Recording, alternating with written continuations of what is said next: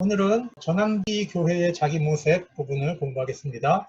1926년에서 1935년 시기를 다룰 건데요. 오늘날 현대 한국교회가 장로교 안에 굉장히 많은 분열이 일어났는데요. 이 분열이 일어나게 되는 어떤 출발점이 1920년대 후반부터 30년대 일어나는 한국교회 안에서 일어나는 여러 가지 갈등 요소들, 신학적 갈등, 지역적 갈등, 여러 가지 갈등 요소들 때문에 이제 이렇게 시작이 됩니다. 그래서 오늘날의 문제의 해법을 찾으려면 역사로 들어가야 됩니다. 그래서 역사를 추적해 가다 보면 근원이 어디서부터 시작이 됐는가 그걸 찾게 되고요.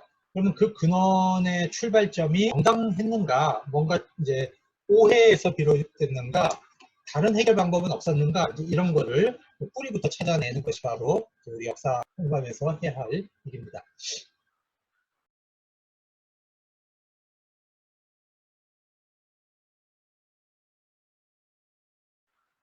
먼저 교회의 내적 갈등과 이제 분규를 살펴보겠는데요. 이 시기는 교파 신학이 형성이 됩니다. 1920년대 이전까지만 하더라도 이 장로교와 감리교가 그렇게 큰 갈등이 없었습니다. 둘 다 이 복음주의 신학을 가지고 들어왔고요. 교파 신학을 강조하기보다는 기독교의 어떤 그 복음을 전해서 많은 사람들의 영혼을 구원하는 일에 집중적인 관심을 가지고 있었기 때문에 장로교 신학, 감리교 신학 그렇게 그걸 갖고 싸우지 않았습니다. 한국 사람들도 장로교, 감리교 그렇게 중요하게 여기지 않았고요. 그래서 대부흥 운동이 일어나는 시기에는 1905년에는 교파도 초월해서 통합해 보려고 하는 그런 시도도 있었고, 선교사들 사이에서도 서로 왔다 갔다 하면서 서로 집회도 인도하고 그렇게 같이 지냈습니다. 그런데 1920년대가 오면서부터 장로교와 감리교 사이에 이제 교파 갈등이 생기기 시작하는 겁니다. 그리고 이 시기에는 또 신학적인 갈등이 엄청나게 일어나게 되는데 주로 장로교 안에서 신학적 갈등이 많이 일어나요. 그것은 주로 이제 평양 장신을 중심으로 해서 이 보수 정통주의적인 이제 신학을 배웠던 선교사들로 배웠던 그런 분들이 이제 한국 장로교의 이제 주류를 형성하다 보니까 일본에 가서 공부를 한다든지 미국에 가서 공부를 한 사람들에 대해서 의심스럽게 여기고 배척하는 그런 요소도 있었고, 또 이제 신학이 1920년대 더 보수적인 선교사들이 한국에 들어옵니다.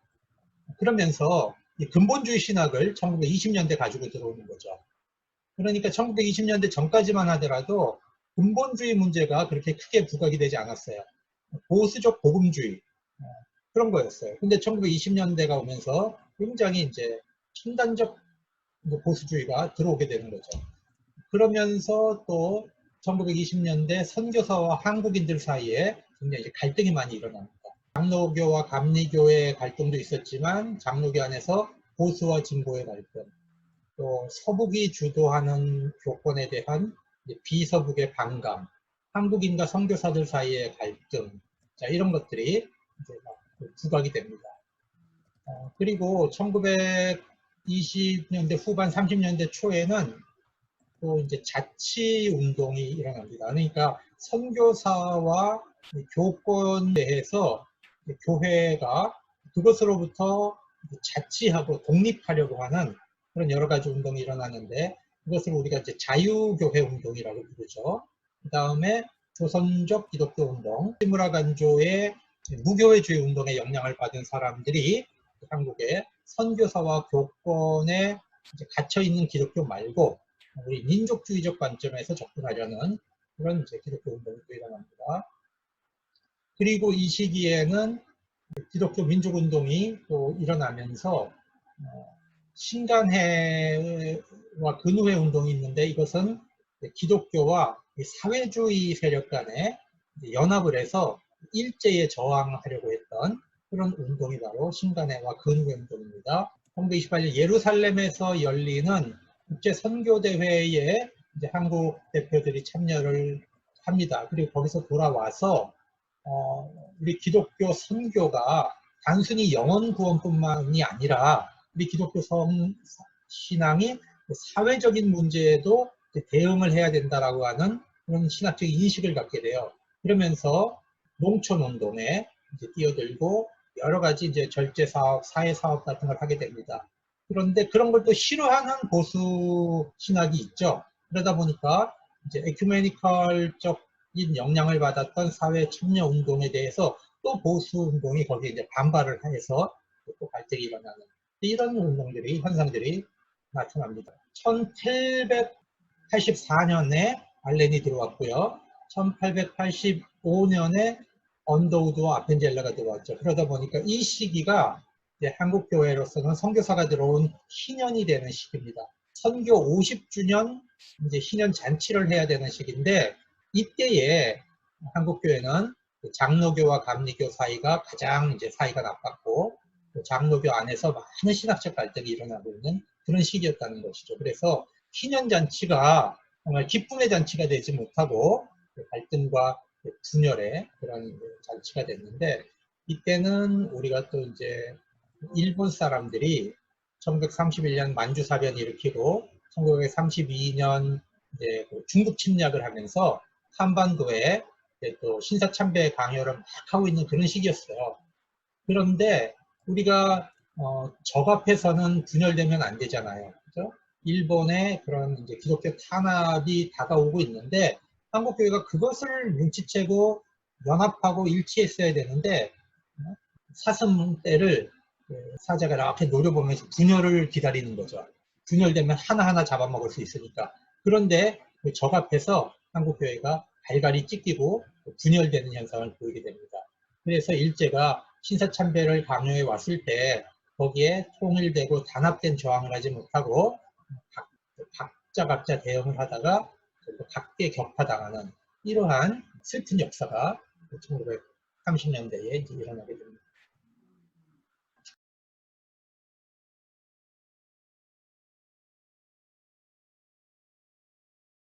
교회의 내적 갈등과 분교를 살펴보겠습니다. 초기에 우리 한국교회는 주체적인 복음 수용을 이제 했잖아요. 그러면서 조금씩 한국 기독교인들이 스스로 자기들의 그 신앙적인 문서 활동을 이제 하게 됩니다. 그래서 이제 통신도였던 노병선이 화옥진선론이라는 글을 쓰는데 의혹을 깨고 불신을 깨고 이제 선으로 나아가자 뭐 이런 거죠. 일선주 장로가 이제 해타론을 쓰게 되고 이 최병원 이제 나중에 목사님이죠. 감리교회 이분은 우리나라 최초의 이제 그 신학 글을 쓰게 되는데 이제 죄도리라는 거예요. 그러니까 도리라는 것은 뭡니까? 마땅히 해야 할 일 이런 걸 도리라고 하잖아요. 인간의 도리를 다 해라. 그러니까 죄가 하는 일이 무엇인가? 그것을 최초로 이제 썼던 거죠. 신학. 다음에 이제 예수교와 천주교, 그러니까 개신교와 천주교 그 두 종교가 어떻게 서로 다른가 하는 것을 이제 변론하는 그런 글을 또 썼습니다. 그 다음에 성산명경과 이제 만종일련은 중요한 시도인데요. 이것은 뭐냐면 서양 선교사들 혹은 보수적 기독교는 동양 한국인들이 가지고 있었던 전통적인 종교를 전부 미신으로 봅니다. 다 부셔야 되는 것으로 봅니다. 그리고 기독교 문명을 다시 세워야 되는 것으로 보죠. 그러나 이 최병원 목사님 같은 경우는 그렇게 보지 않았고 우리가 전통적으로 가져온 종교가 구원의 종교는 아니지만 굉장히 좋은 면이 많았다. 그러니까 기존 전통 종교의 중요한 점을 이어서 기독교 복음 진리를 그 위에 세워야 된다라고 하는 그런 그 연결과 보완의 관계, 기독교와 전통 종교를 연결과 보완의 관계로 보는 신학 작업을 한 거예요. 이거는 이제 장로교는 그런 걸 전혀 하지 않았어요. 감리교 쪽에서 이걸 한 거죠. 그래서 이 만종일련이라고 하는 것은 만 가지 종류의 종교가 어떤 특징들이 있는지 한번 보자. 많은 종교를 서술해 놓은 책이 바로 만종일련입니다. 이게 1922년에 나왔죠. 그러니까 이제 1920년대부터 감리교와 장로교 신학이 벌어지기 시작하는 그런 부분을 또 보여주는 거예요. 이게 이제 최병원 목사님이 쓴 성삼명경이라는 책과 이쪽은 만종일련.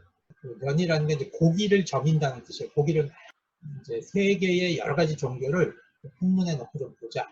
보시죠. 장로교, 감리교가 이제 신학적으로 어떻게 이제 달라지는지 한번 볼게요. 마펫이 주도를 해서 1901년도부터 이제 평양에서 연합 장로회 신학교를 이제 시도를 하죠. 연합이라고 하는 말은 캐나다, 미국 북장로교, 남장로교, 호주장로교의 신학생들을 평양으로 보내서 거기서 이제 공부를 하게 했죠. 그래서 이제 연합이란 말을 쓴 겁니다. 그런데 감리교는 1905년에 혁성신학교를 세웠고요. 그 다음에 선교사들이 운영하는 이제 성경학교가 있었는데 전도자를 양성하는 겁니다. 그래서 피어선 성경학교를 세웁니다. 평양 장로교의 신학과 감리교 신학 교육을 한번 비교를 해보겠습니다. 평양 장로교 신학교에 왔던 교수들은 주로 이제 그 프린스턴, 구 프린스턴이라 그래요. 이제 보수적인 정통신학을 가르쳤던 구 프린스턴 출신, 그 다음에 맥코믹 신학교 출신들입니다. 그래서 이 맥코믹에는 시카고 근처에 있는데 무디 부흥운동의 영향을 굉장히 많이 받은 분들이에요. 그래서 정통적 개혁주의 신학과 복음주의 신학이 이제 결합되어 있는 그런 이제 신학을 평양장신에서는 가르쳤어요. 그리고 선교를 굉장히 이제 빠르게 확장하려고 했고, 교회를 이제 개척하는 데 있어서 자립, 자전, 그 다음에 자치하는 토착교회를 빨리 세우는 것을 신학의 목적으로 합니다. 그러다 보니까 이제 어떤 신학을 가르쳤냐면 성경을 가장 많이 가르치죠. 교리를 가르치죠. 실천 신학에서는 주로 설교학을 가르쳤어요. 그 다음에 역사 가르치고 교양으로 가르치는 건 5.2%. 그런데 이제 감리교 신학 교육은 좀 달랐어요. 감리교는 성서와 신학만 가르치는 게 아니고 폭넓은 인격적 지성을 갖춘 목회자를 기르려고 한 거죠. 물론 이제 성교 확장해서 성격을 확장하는 복음주의 신학이 있었지만 이쪽은 굉장히 이제 문화적 측면을 강조한 거예요. 그러다 보니까 교양이 46.6%나 되도록 그렇게 가르친 겁니다. 출발부터 장로교는 교회를 빨리 세우고 선교를 확장하는 쪽에 모든 포커스를 뒀고, 감리교는 교양, 지성을 갖춘 인격적으로, 지성적으로 성숙한 목회자를 길러내는데 목적을 뒀습니다. 한국에서는 조금 바뀌었어요. 원래 장로교가 굉장히 지성적인 교육을 강조하는 거거든요. 감리교가 뜨겁게 빨리 복음을 전하는 거였거든요, 원래는. 그런데 한국에 들어온 감리교는 오히려 정반대의 현상이 나타나 버린 겁니다. 아까도 얘기했지만 1920년에서는 이제 미국의 근본주의가 한국에 들어와요. 그리고 또 이제 종말론 신학이 들어오는데 세대주의 전천년이라는 게 있어요. 세대주의 전천년은 간단하게 얘기하면 이 세상이 빨리 망한다는 거예요. 빨리 망하기 때문에 주님 오실 날이 가까웠기 때문에 문화, 사회, 지성 이런 거 보지 말고 영혼 한 사람 한 사람 빨리 구원해내자. 빨리 구원해내고 어차피 세상은 종말이 와서 망한다. 이런 관점이에요. 그렇기 때문에 문화를 굉장히 어둡게 보고 현실을 도피하는 그런 신학을 가르치게 되죠. 그래서 장로교는 그전에는 안 그랬는데 1920년도에 들어온 선교사들은 미국의 근본주의 현대주의 논쟁을 경험하고 왔기 때문에 굉장히 보수적이고 굉장히 이제 세대주의 전천년 종말론을 가진 사람들이 한국에 들어와요. 근데 감리교회는 진보적인 사회복음운동, 하나님 나라 운동 이런 것을 가르치는 사람들이 들어옵니다. 그러다 보니까 장로교와 감리교 신학이 1920년대 돼서 많이 이제 색깔이 달라지는 겁니다. 그리고 이제 이때부터 미국에서 이제 미국과 일본에 유학을 하러 가는 사람들이 많이 생깁니다.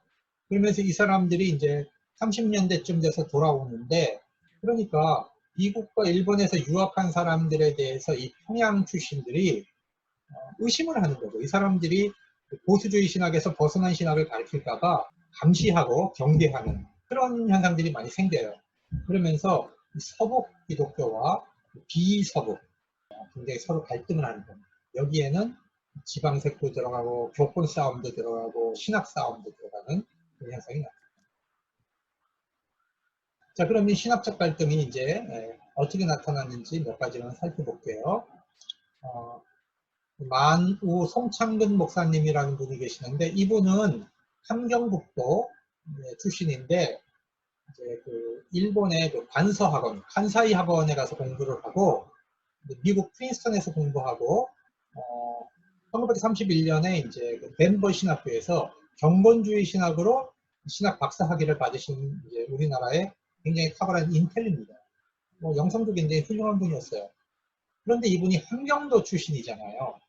그러니까 산정현 교회에서 평양의 이제 산정현 교회면 굉장히 상징성이 있는 교회인데, 여기서 이제 그 송창근 전도사, 그때는 목사 안수 받기 전이니까 이분을 목회자로 모셨는데, 아무래도 이제 함경북도 출신이고 평양 출신이 아니다 보니까 거기에 있는 그 보수주의 장로님들하고 이제 충돌이 좀 이제 갈등이 좀 있는 것 같아요.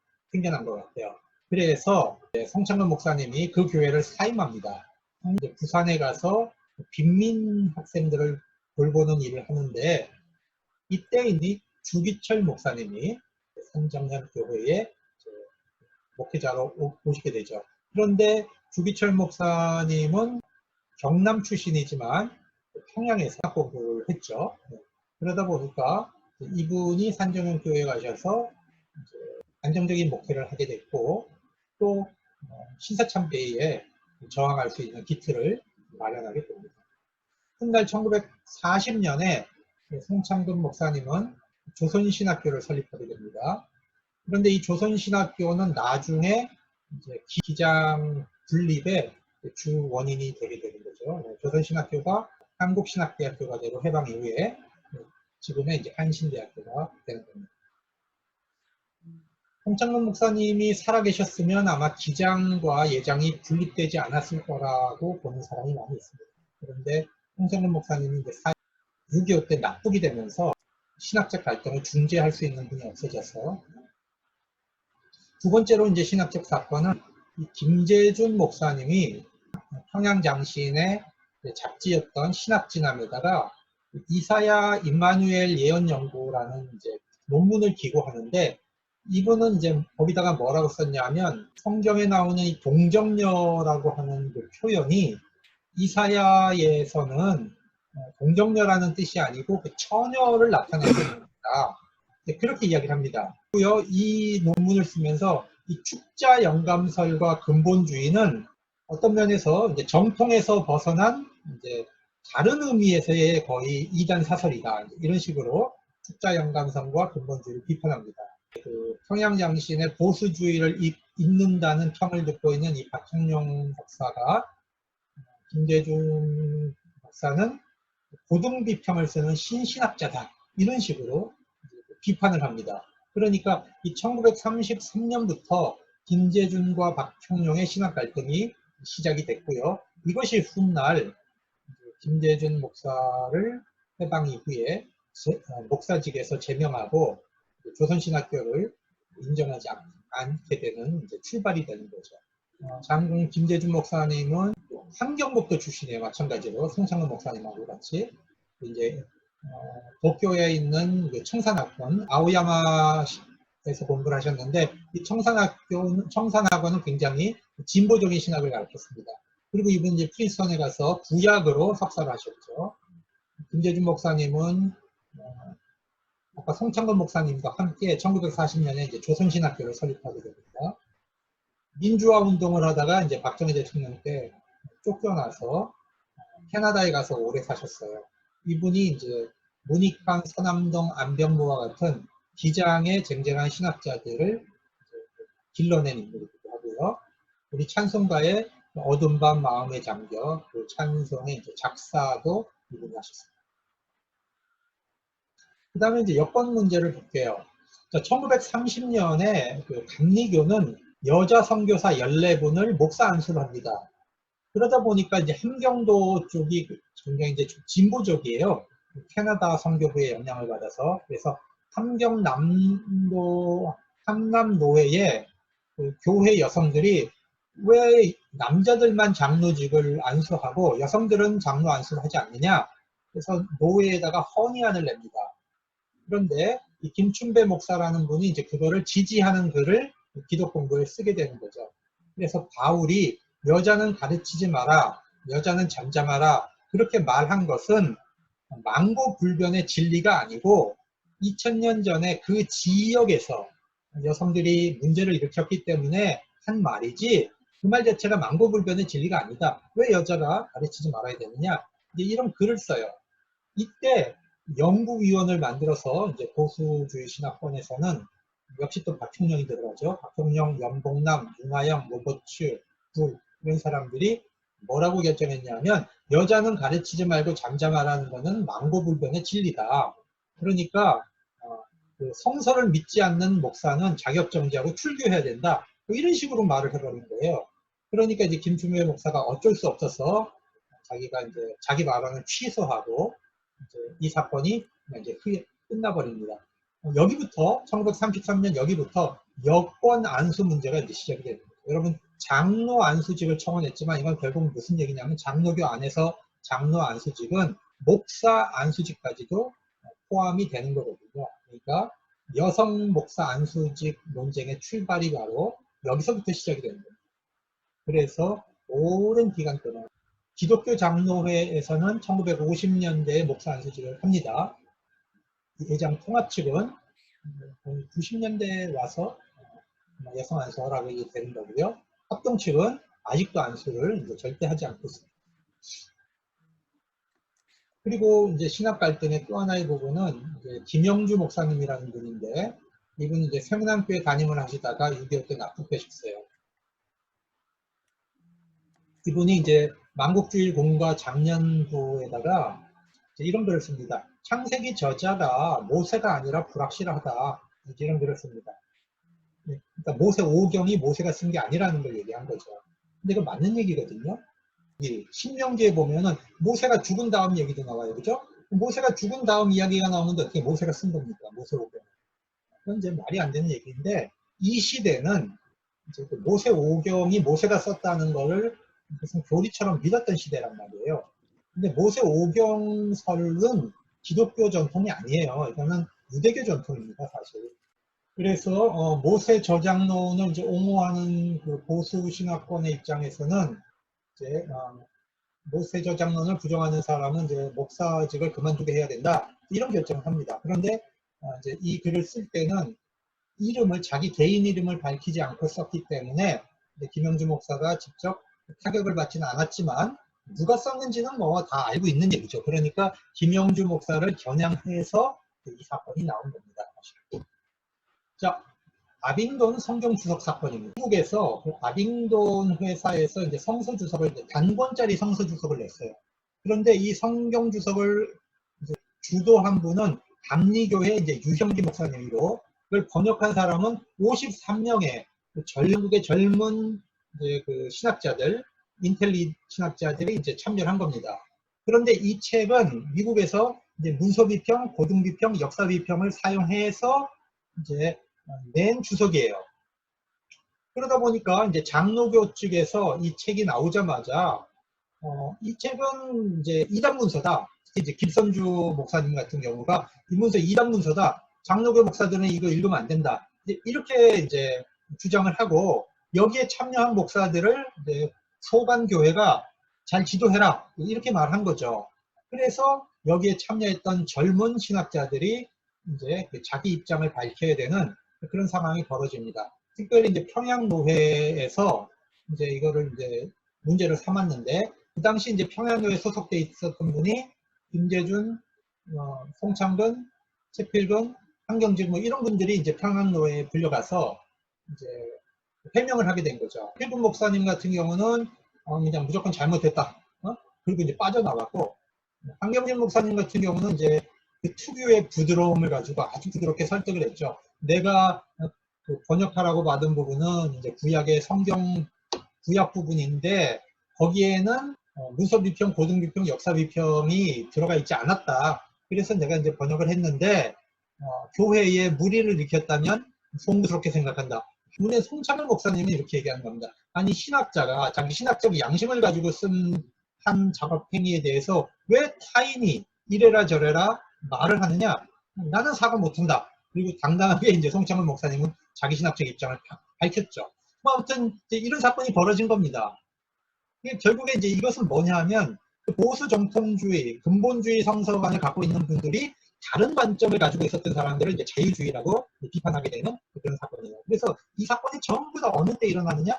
1934년, 5년, 2여간에 이런 갈등들이 지금 계속 일어나고 있는 것입니다. 그러니까 한국 장로교회가 제가 볼 때는 너무 좁고 좀 편협했어요. 그러니까 선교사들이 가르쳐주는 것만이 모든 것이라고 생각을 했고, 보수정통주의, 근본주의 외에 어떤 것도 용납하지 않으려고 했고, 평양 출신이 아니면 용납하지 않으려고 하는 이런 폐쇄성이 굉장히 좀 강했다고 봅니다. 뭐 사람마다 입장이 다를 수도 있어요. 제 관점이 그렇습니다. 이게 아빙돈 당관 주석이고요. 이 책을 이제 번역을 한 것이 바로 출판한 것이 오른편의 그림입니다. 자, 그러면 이런 문제들이 일어난 그 원인은 첫 번째, 함경도 출신들에 대해서 서북 세력들이 굉장히 배척과 의심을 한 거죠. 함경도 출신의 유학가들. 예를 들면 성창건 목사님 같은 경우에는 일본 간사이 출신이죠.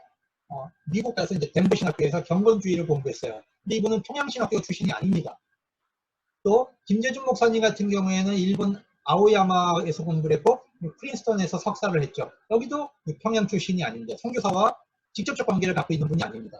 아까 그 여권운동을 지지했던 김충배 목사와 김영주 목사 이분들 다 함경도 출신이고 일본 고베 출신이에요. 그리고 김재준 목사, 송창근, 한경직은 전부 프린스턴 출신입니다. 자, 이러다 보니까 이 평양 출신들이 그 함경도 출신 유학파에 대해서 배척과 의심을 가지고 이제 이런 일이 일어났구나 하는 것을 우리가 이제 살펴볼 수가 있는 겁니다. 신학적으로 조금 달라도 자기네 식구 같으면 그렇게 내놓고 공격하지는 않죠. 그런데 자기 식구가 아니기 때문에 신학이 조금 다르면 공격이 커지는 이런 현상들이 나타난 것 같아요.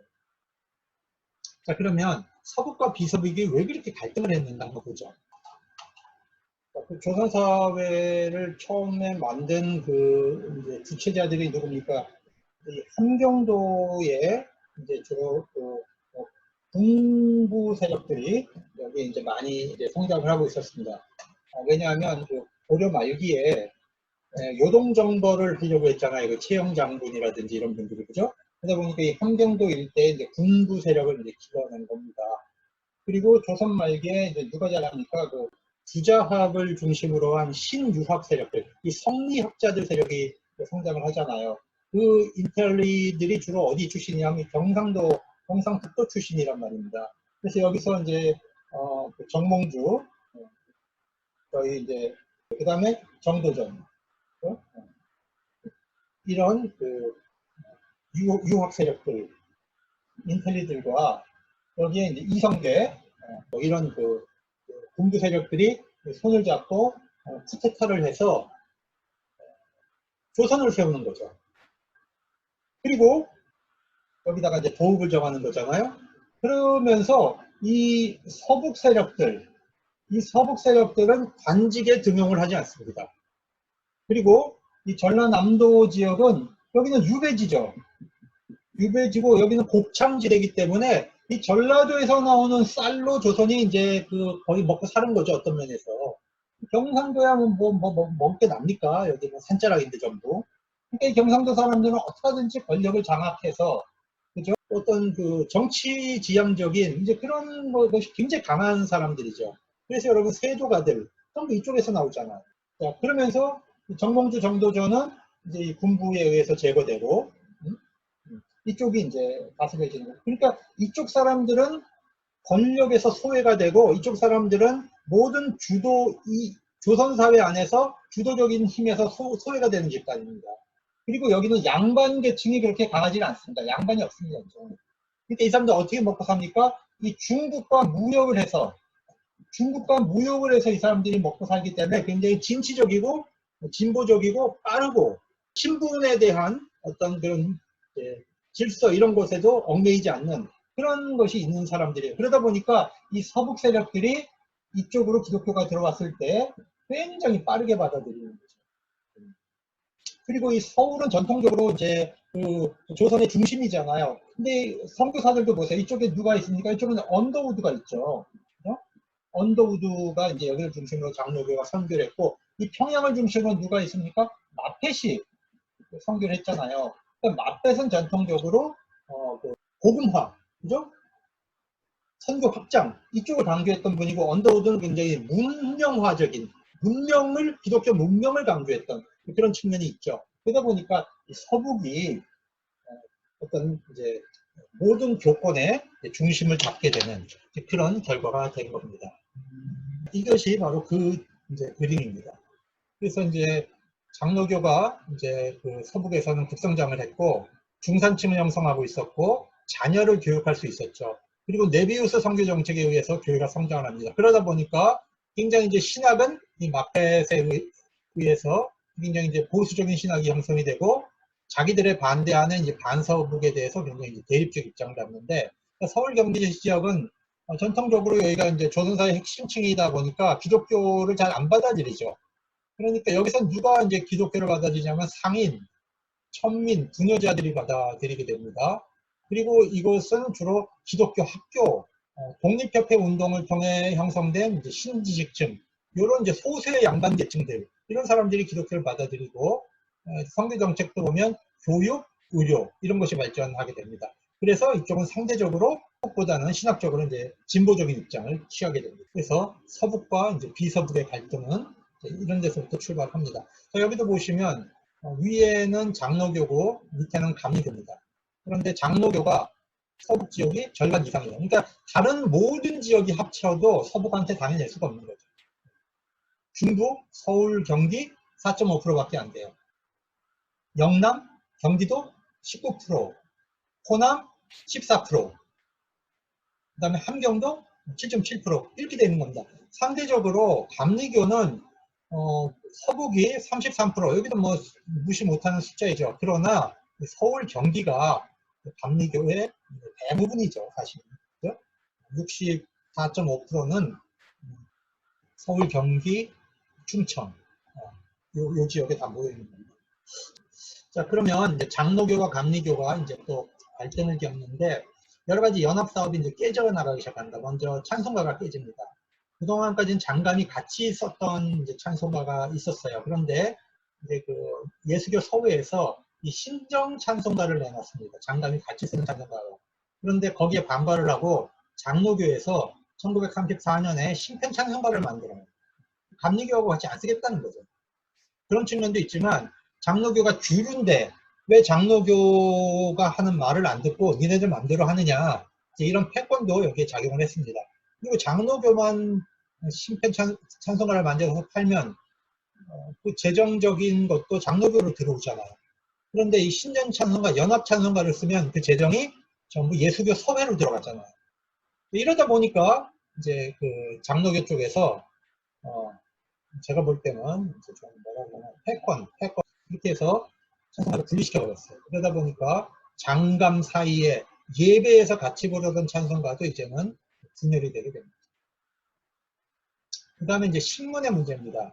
자, 기독신보는 1915년부터 장감이 같이 사용하던 연합신문인데 이것도 전부 예수교 서회에서 발행을 했어요. 그런데 최초로 전필순 목사라고 하는 분이 이제 한국인 사장이 됩니다. 전필순 목사님은 반서북 반선교사 라인입니다. 적극신앙단이라고 하는 이제 좀 진보적인 이제 단체가 있었는데 여기를 옹호했어요, 신문으로. 그러니까 이제 선교사들과 서북계에서 이 전필순 목사를 이제 몰아내고 유업검 사장을 임명을 해요. 그런데 전필순 목사는 그거를 이제 수긍하지 않습니다. 그래서 이 신문, 기독신보에 자기가 발행인 입장이니까 그 발행권을 자기가 그냥 넘겨주지 않았습니다. 그래서 기독교 신보는 1933년부터 37년 어간에 제대로 신문을 내지 못하다가 37년에 폐간이 되거든요. 그러니까 33년부터 감리교 신문 따로, 장로교 신문 따로 나가죠. 그래서 연합신문 시대도 지금 끝나버립니다. 1933년부터. 왜 이렇게 했을까? 일제가 조만간에 신사참배 강요가 들어오는데 한 치 앞을 보지 못하고 자기들끼리 교회 안에서 신학적 싸움하고 지역 싸움하고 선교사 반선교사 싸움하는 겁니다. 자, 그 다음에 이제 선교사 배척 운동을 보죠. 그러면 선교사 배척 운동은 왜 일어났을까요? 1920년대 선교사와 총독부의 관계가 굉장히 우호 관계입니다. 사이토 총독이 들어와가지고 선교사들에 대해서 굉장히 우호적으로 대합니다. 그러면서 보니까 이제 교회가 민족운동에 참여하는 것을 이제 선교사들이 굉장히 싫어하고 막으려고 했죠.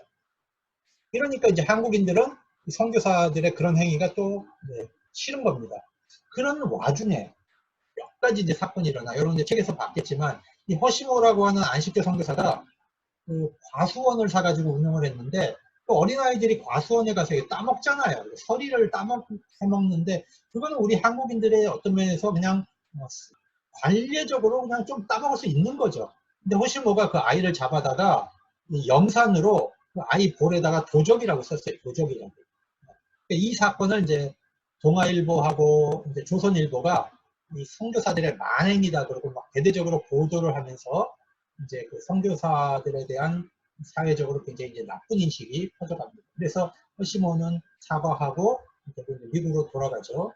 그리고 이 또 선교사들이 한국인들을 이제 인종차별하는 행위들이 많이 일어납니다. 구세군 신학교에서 학생들을 이제 인종차별을 해요. 처우 개선 요구를 하는데 중고자들을 잡아갖고 출교를 시켜버렸습니다. 이런 공양성교회, 이거는 이제 성결교죠. 성결교 신학생들을 학교 건축하는데 육체노동에 동원합니다. 이러니까 학생들이 이제 동맹 흉악하는 사건도 일어나고 또 이때 선교사들의 예를 들면 여성 문제라든지 비행이라든지 이런 거를 이제 언론사들이 막 파헤치는데 사회주의 운동이 또 비판적으로 보는 시각도 작용을 했습니다. 그리고 또 한 측면은 선교사들이 이제 주인 노릇하려고 한 게 있어요. 1925년에 한석진 목사님이 25년에 이제 기독교 공역자회 일종의 그 토론회입니다. 토론회에서 이런 얘기를 해요. 선교사님들이 지금까지 너무 수고 많이 하셨다. 복음 전하는데. 그런데 이제 한국교회가 이렇게 성장했으니까 이제 한국교회 주도권을 한국인들에게 맡기고 선교사님들은 복음이 전해지지 않은 곳으로 가서 복음을 전하셔라.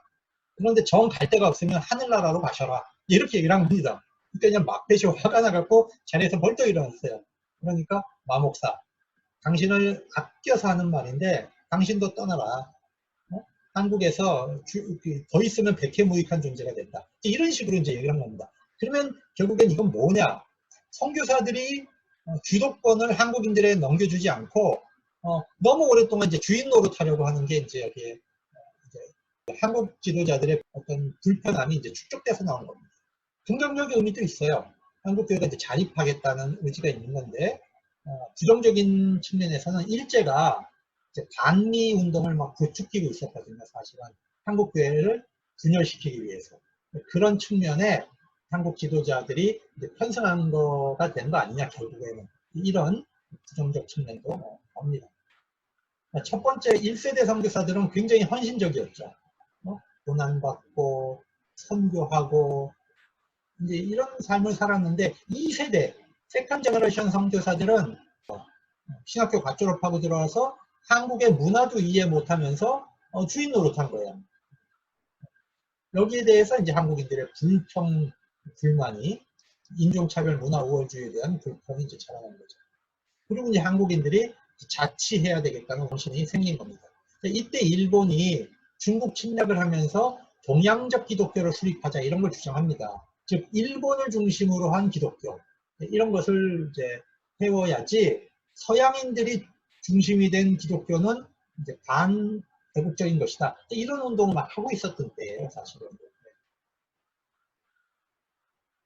그래서 결국에 이제 선교사와 한인들 사이가 이제 이렇게 분열되는 그런 일이 일어나죠. 이것도 금광산에 이제 수양관을 세운 건데 31년에 왜 세웠느냐?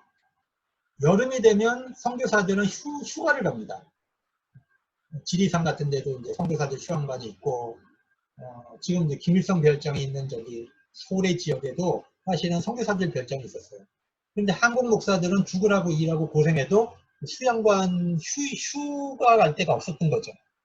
그러니까 한국교회가 돈을 모아서 우리도 수양관을 세우자 이렇게 해가지고 수양관을 세운 거예요. 금강산에서. 원래는 이 이름이 장로교 수양관이었어요. 한성재 목사님께서 아니 이 수양관을 쓰는데 무슨 장로교, 감리교가 따로 있냐? 기독교 수양관으로 하자 이렇게 해서 기독교 수양관으로 이름을 한 겁니다.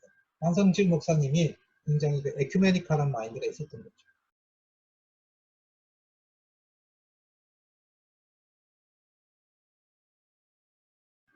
감리교는 1930년에 미국 감리교와 미국 남감리교가 연합을 해서 조선 감리교가 만들어집니다. 이거 굉장히 중요해요.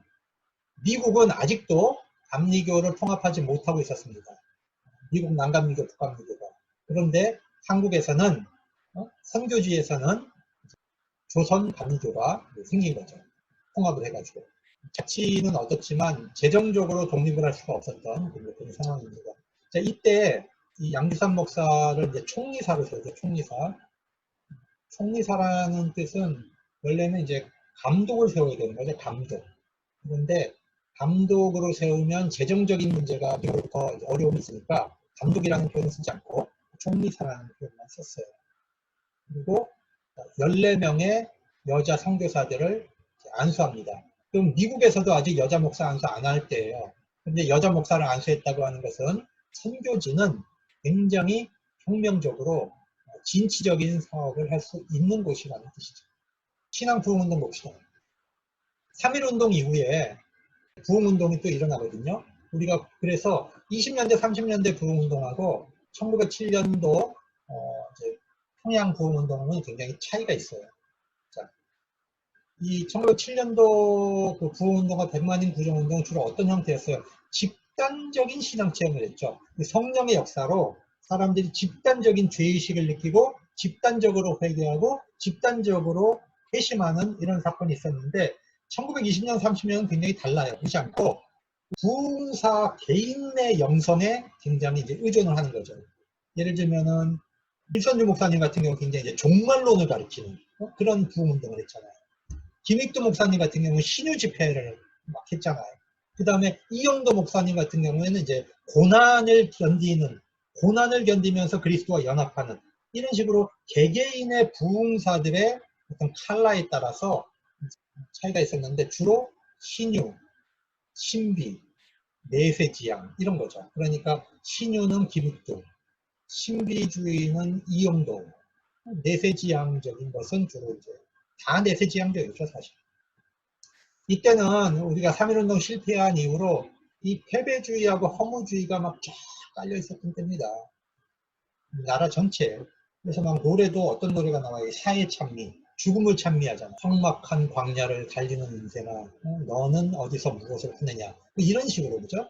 그 다음에 울 밑에선 봉선하야, 내 모양이 처량하다. 뭐 이런 허무주의, 패배주의가 만연한 때죠. 이때 교회는 희망이 없었어요. 조건 싸움, 교파 갈등. 또 사회주의자들은 교회를 공격하고 있었어요. 그러니까 이런 상황에서 희망을 많이 찾을 수가 없으니까 민중들은 부흥운동에 가서 위로를 경험하고 희망을 보고 주님의 재림을 기다리고 이런 신앙 형태가 발전하게 됩니다. 김익두 목사님 같은 경우가 이제 1900년도에 이제 그 27살의 나이로 개종을 해서 성령 체험을 하고 예수 믿은 것에 대한 어떤 그 보답을 할까 하다가 자기가 신약 성경을 백독을 읽어요. 신약을 이제 백독을 합니다. 그리고 이제 평양 신학교에 가서 이제 공부를 하게 되는데 목사가 돼가지고 이제 집회를 해요. 여러분이 시기를 보세요. 19년 12월이에요. 그러니까 3.1운동이 일어나고 온 국민이 그죠? 일본 사람들에게 막 그 박해를 당하고 도살당했던 그런 시대잖아요.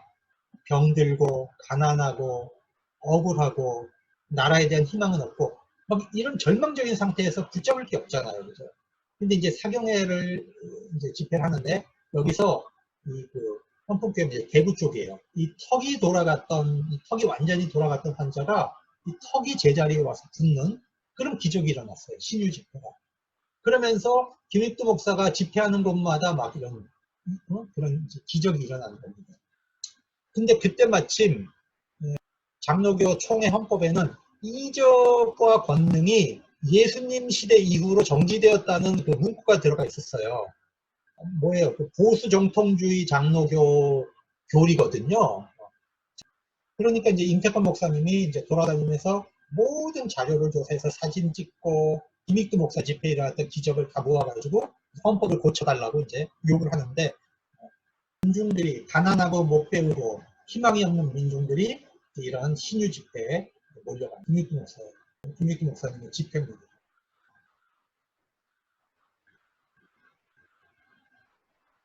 그 당시에 이제 실제로 이 병을 이제 고침받았던 사람들의 사진을 임태권 목사님 다 찍어갖고 올렸는데 그 중에 제가 2카트만 여러분들에게 보여드립니다. 그러니까 실제로 일어났던 그런 기적들입니다. 자, 길선주 목사님의 부흥 집회는 이 말세학이에요, 말세학. 3.1운동 이후 이제 감옥에 계실 때 계시록을 이제 700독을 쓰고 말세학을 이제 정립하는데 이거는 뭐냐면 하나님이 이 땅에는 희망이 없다. 이 땅에 이거는 그러니까 길선주 목사님의 종말론은 정통 종말론이 아니에요. 정통 장로교 종말론이 아니고 세대주의 전천년설입니다. 오늘날의 그 문서 읽어보면요, 말세학 보면 아니 무슨 뭐 오늘날에 그런 얘기하면 정말 이단이라고 할 것 같은 이상한 얘기들이 이제 많이 쓰여 있어요. 사실은 세대주의 전천년설인데 그럼에도 불구하고 민중들이 워낙 희망이 없었기 때문에 길선주 목사님 집회에 가서 많은 은혜를 받고 또 힘을 얻고 이제 그랬던 역사가 일어난 겁니다. 그런데 이제 길선주 목사님의 그 종말론을 이제 조선의 신학이다 이제 이런 표현을 하게 된 거는 보통 그 세대주의 종말론의 종말론 쪽 끝이 뭐냐면 이 땅은 불타 없어지는 거거든요. 완전히 불타 없어지고 새하늘 새 땅 영적 세계가 열리는 건데 길선주 목사님은 그렇게 보지 않았어요. 모두 이 땅, 지구 이거를 하나님이 회복하신다고 봐요. 그래서 이렇게 말합니다. 예수님이 밟으셨던 이 지구는 새 땅이 되어 영원히 있을 것이요. 에덴에 위치이던 지구는 불타 소각될 것이 아니라 불꽃검으로 수호하던 에덴은 다시 나타나서 이 지구는 무궁 안식 세계가 될 것이다. 이런 얘기를 합니다. 그러니까 이거는 선교사들이 가르쳐줬던 그 세대주의 전천년하고는 아주 다른 독특한 길선주만의 그 종말론적인 요소가 여기에 나타나 있습니다. 왜 이런 생각을 했을까? 학자들마다 여러 가지 생각을 하겠죠. 저는 길선주 목사님이 원래 도교 출신이자 도인이었잖아요. 그죠? 그러니까 이분은 하나님이 자연세계를 통해서 주시는 신비를 굉장히 소중하게 여겼던 그런 거예요. 그래서 이분의 신학이 이제 너무 내세지향적이고 현실 도피적이고 이러다 보니까 좀 의식이 있었던 그 젊은 청년들이 장대형 교회에서 길선주 목사님을 비판하게 되죠. 이분은 1935년에 사경에 인도하시다가 이제 세상을 떠나십니다. 여러분 이게 길선주 목사님이 그려갖고 다니던 종말론 도표인데 여러분 이거 굉장히 황당해요. 보세요. 예수님이 이제 인자로 강림하시죠. 그리고 예수님이 승천하시잖아요. 그리고 이제 성령을 보내주셨죠. 그리고 나서 이제 교회의 시대가 열렸다는 거예요. 근데 여기 보면 휴거 얘기를 한단 말이에요. 네? 그래서 예수님이 이제 신랑으로 이제 내려오실 때 휴거가 일어나는 거예요. 휴거. 그 다음에 자 여기서 뭐예요? 그 이제 7년 대환란이 일어나죠. 15년 대환란이 올라가고 자 예수님이 심판주로 여기 또 오시는 거예요. 그러니까 여기서 보면 예수님이 여기 왔다가 올라갔다가 또 오는 거죠. 그러니까 성경에 어디에 봐도 예수님이 2번, 3번 오는 경우는 없어요. 그죠? 마지막 날 심판주로 한 번 오시는 거죠. 그러니까 예수님이 휴거 때 오시고 그때 성도들이 휴거한다는 얘기는 이거는 성경적으로 맞지 않는 개념이에요. 여러분 휴거 이런 개념은 성경적 개념이 아닙니다. 이 부분에 대해서 여러분이 이제 좀 더 알고 싶으면 제 그 블로그에 가서 동영상에 가세요. 동영상에 가서 요한계시록 강의한 거, 그 다음에 종말론 강의한 거, 그거 보시면 왜 이제 이 이단들이 전부 이 세대주의 전천년을 먹고 이단들이 생겨나는 거예요. 그래서 일제시대 때 만들어졌던 들어왔던 이 세대주의 전천년 종말, 그 다음에 삼복음교회가 또 엄청 퍼뜨렸어요. 휴거설을 우리나라에다가. 우리 장로교는요 절대로 이런 종말론을 받아들이지 않습니다. 여러분이 이제 이 부분은 공부를 좀 하셔야 돼요. 제가 자 평선호의 사경에 좀 이제 선망하시죠.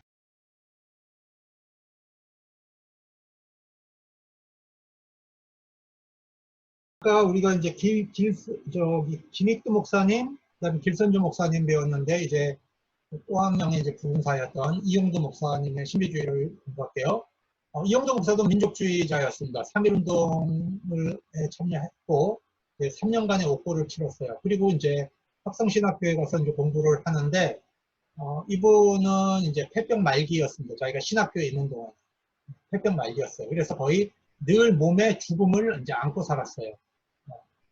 그러니까 이분의 신학은 뭐냐면 나라도 죽었고 자기도 죽었고 그런 모습을 보면서 한국 교회가 이제 그 뭐라고 할까 교권 싸움 그 다음에 복음과는 상관없는 어떤 여러 가지 부분에 이제 그 휘둘리는 걸 보면서 무척 이제 아파하고 괴로워하고 하는 이제 그런 스타일이에요.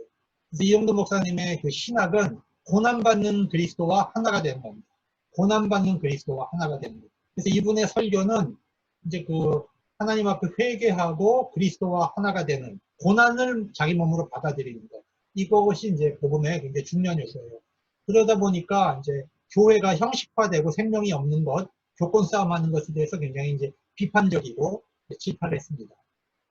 이분의 영성은 하나 고난받는 그리스도와 하나가 되는 겁니다. 모든 신비주의는요 그리스도와 연합하는 거거든요. 그리스도와 한 몸이 되는 건데 거기에는 건강한 신비주의가 있고 잘못된 신비주의가 있어요. 건강한 신비주의는 하나님께서 주신 제도, 하나님께서 주신 성만찬, 예전 교회 제도 이런 걸 중요시 여기면서 하나님과 연합되는 길을 찾는 것이에요. 그런데 잘못된 신비주의는 이런 제도, 하나님이 주시는 성경, 하나님이 주신 어떤 그 교회의 질서 이런 거 다 무시하고 하나님과 자기의 1대1의 관계 속에서 이제 그 연합하려고 하는 하나님과 연합을 추구하는 그런 것은 이제 잘못된 신비주의죠.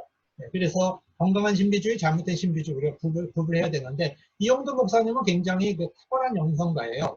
이거는 이제 글 쓴 거 보면 이런 게 나와요. 나는 주의 사랑에 삼킨바 되고 주는 나의 신앙에 삼킨바 되는 이 합일의 원리요.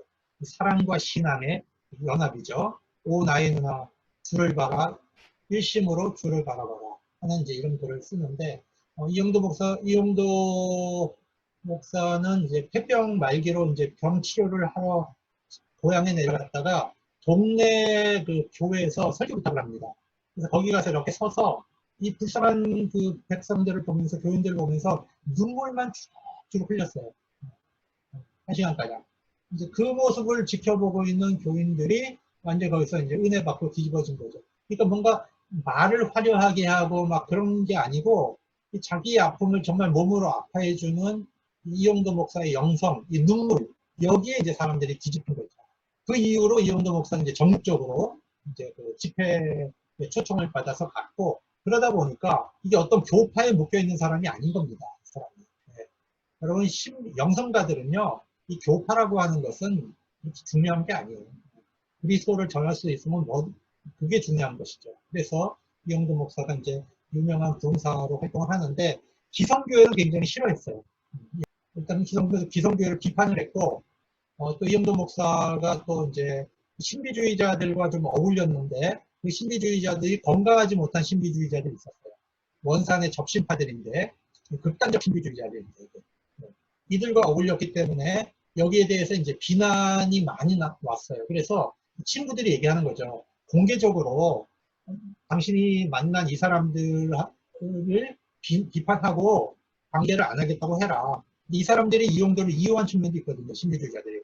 근데 이용도는 절대로 이제 세 가지의 이 사람의 그 자기의 원칙이 있는데 말을 하지 않는다는 무언, 남을 비판하지 않는다는 거예요. 무언. 두 번째는 기도, 그 다음에 세 번째가 겸손이에요. 이 사람이 그 신앙생활에서 추구하는 방식이 무언, 비판하지 않고 남을, 두 번째는 겸손하고 세 번째는 기도하는 것. 이 세 가지 원리를 갖고 있기 때문에 남을 욕하지 않습니다, 이 사람들. 그러고 이제 결국에는 그 첫 번째로 여신도와 서신을 교류했다는 걸로 이제 욕을 먹었는데 이거는 딴 게 아니에요.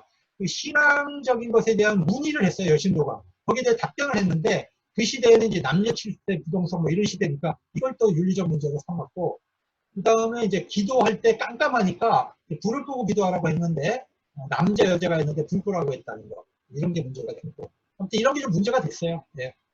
근데 가장 큰 이유는 접신파들하고 교제하는 거.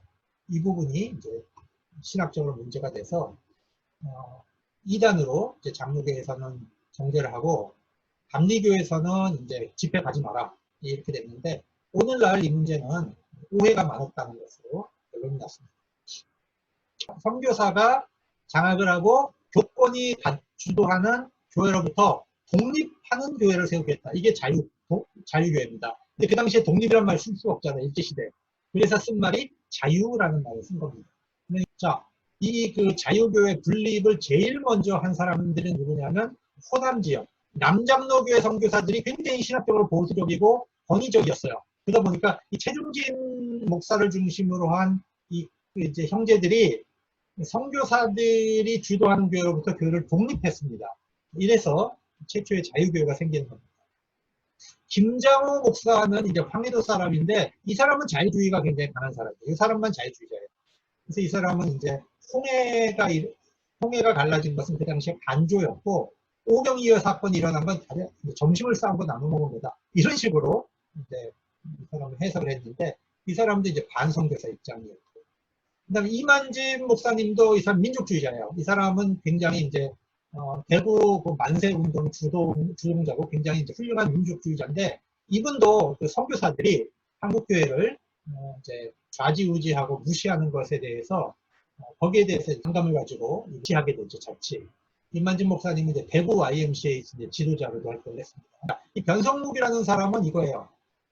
만주 지역에 가니까 많은 교인들이 막 흩어져 살잖아요. 그죠? 근데 어떤 지역은 장로교 선교 구역이 되고 어떤 지역은 감리교 선교 구역이 된단 말이에요. 그러니까 감리교인들이 장로교 선교 지역 안에 가서 사는데 자기가 장로교인이 되기 싫은 겁니다.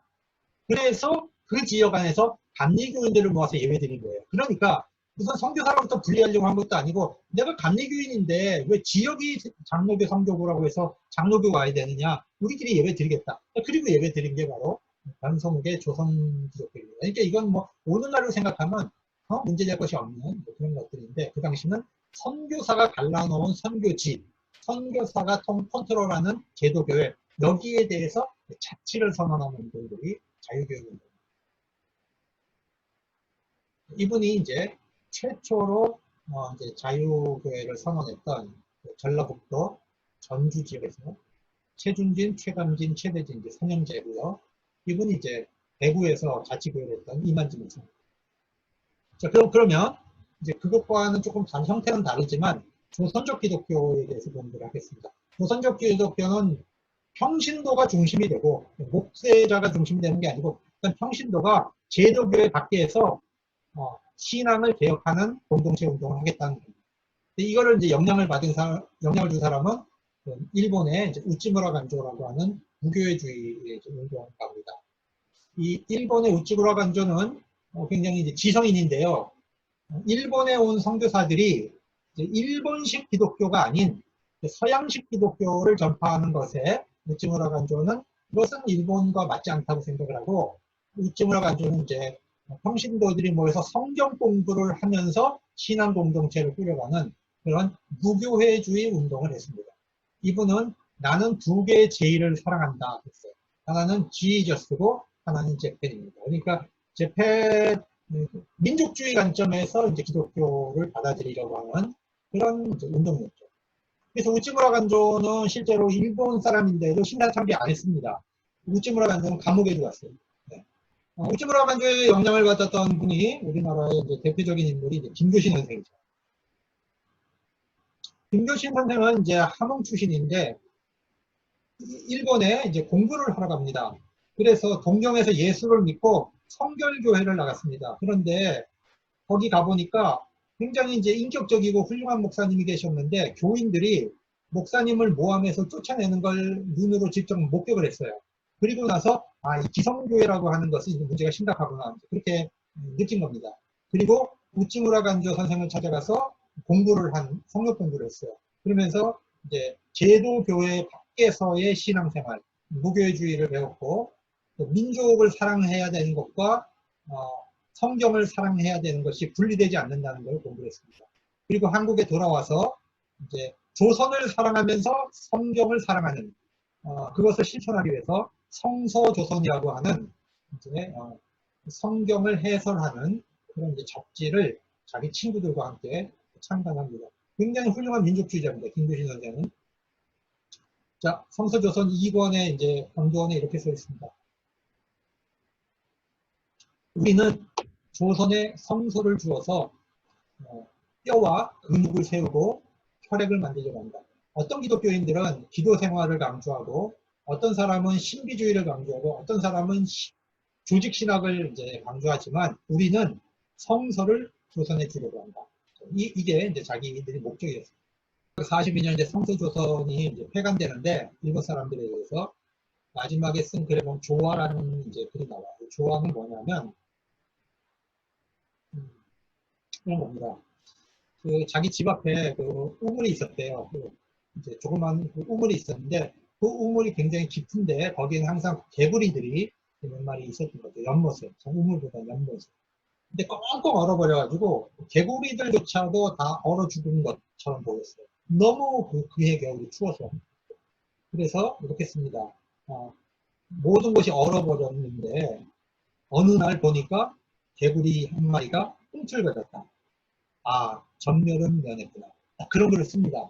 근데 일본 애들이 이걸 이제 검열을 하면서 네가 말하는 전멸은 면했구나 하는 건 결국 민족주의 아니냐. 그렇게 걸은 거죠. 사실 그랬죠. 사실 그 얘기를 하고 싶었던 거죠. 그래서 성서조선은 폐간되고 김교신 선생은 감옥에 갇힙니다. 김교신 선생은 끝까지 신사참배 안 했고요. 창시개명도 안 했습니다. 그리고 감옥에서 나와가지고 이분은 이제 상광촌에 들어가서 상광촌 사람들을 돕다가 세상을 떠납니다. 해방 4개월을 앞두고. 그리고 이분에게 또 숨겨진 중요한 이야기가 있는데 우리 손기정 선생 있죠. 마라톤 금메달리스트.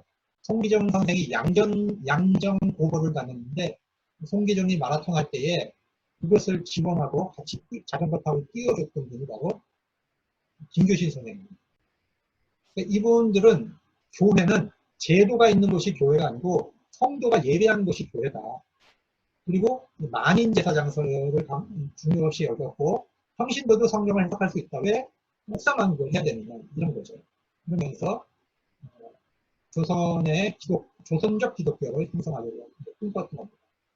좀 비판을 굳이 하자면 성직제도와 이 직분제도도 어떤 면에서 하나님께서 우리에게 주신 거거든요. 신앙을 돕기 위해서 칼빈 선생님에 의하면. 그런데 이런 제도와 직분을 너무 무시했다는 것. 물론 이분은 신학을 공부한 사람이 아니고 평신도입니다. 그러다 보니까 성경은 중시했는데 제도와 조직을 너무 무시했다. 이 부분이 굳이 조금 신학자 입장에서 비판을 강화하면 알 수 있는 부분인데 이분의 나라 사랑과 성경 사랑은 본받아야 하는 거죠. 성서조선을 창간할 당시에 동인들 이건 이제 김교신의 이제 유필 원고입니다.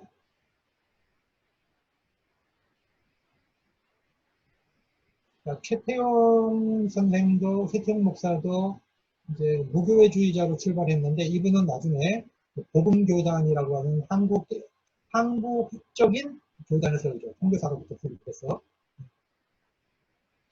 하겠습니다. 최태용.